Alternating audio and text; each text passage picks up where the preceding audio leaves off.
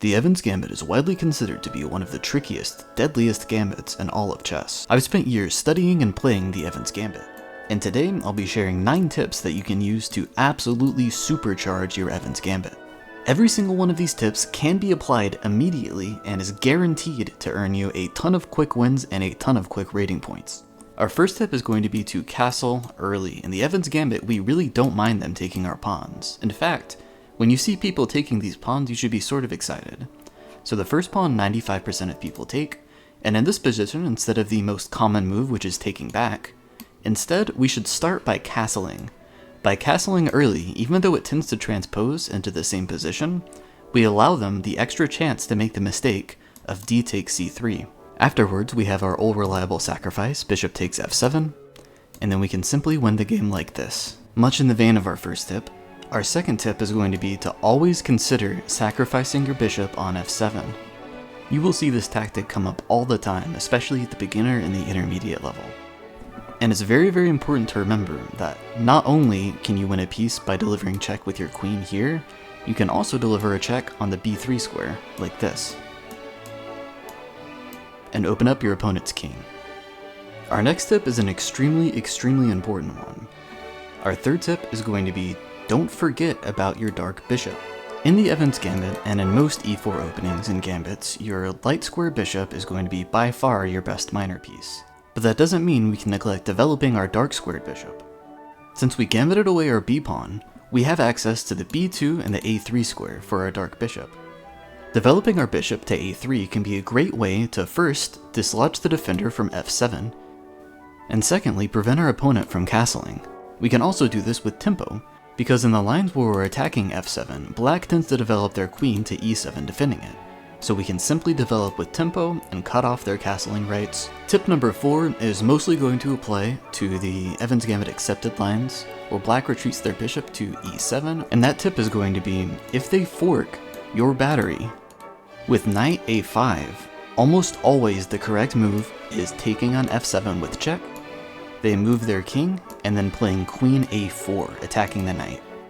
For example, in this position, if they play the most common move, finding the fork, with knight a5, we simply take, they move, and we play queen a4. It's the only move to keep an advantage.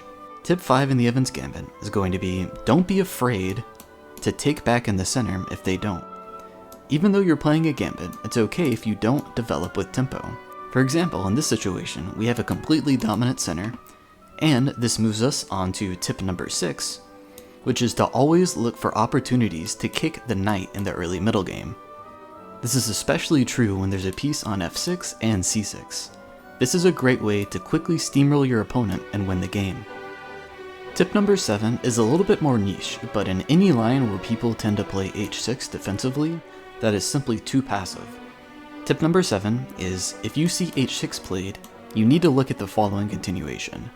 Take in the center, and then develop your queen to b3. That will almost always be the correct plan with the pawn in h6. Here's an example. So you can see, those are by far the top engine moves, and this applies to a ton of different situations. Where your opponent plays h6, this is very common at the beginner and intermediate level, where people are a little bit more worried about the knight jump. Tip number 8 is don't be afraid of the e5 push, even if it seems to lose the pawn. This is especially the case when there's a blocked bishop that would otherwise be preventing your opponent from castling, allowing us to play queen b3 with very little counterplay. But the e5 is also worth considering if, first of all, the pawn is already hanging, so we'd be losing a tempo to save it, but also e5 can be more worth considering when we already have a white pawn on d4 and e4, our big pawn center, the lead in development, and we're getting ready to attack the king. Our final tip, tip number 9 in the Evans Gambit, is going to be once you see knight e7, you need to start considering the knight jump to g5, because this square is now undefended. As you can see, even when they play it with the wrong timing, white is still winning 78% of the time here. In this position, we would start by taking, since we have an extra tempo on the bishop, and then play knight g5 with a crushing attack. As you can see, most people simply castle into it, where we have queen h5. A triple attack on the f-pawn, most common continuation. They try to kick us, we simply take with knight attacking the queen, the exchange sack, and we have a completely superior position. 85% of people win here. And 61% of players will also very generously throw the game immediately. Let me know in the comment section if you have any tips of your own, and if you're in the mood for more Evans Gambit content, there's plenty more on my channel.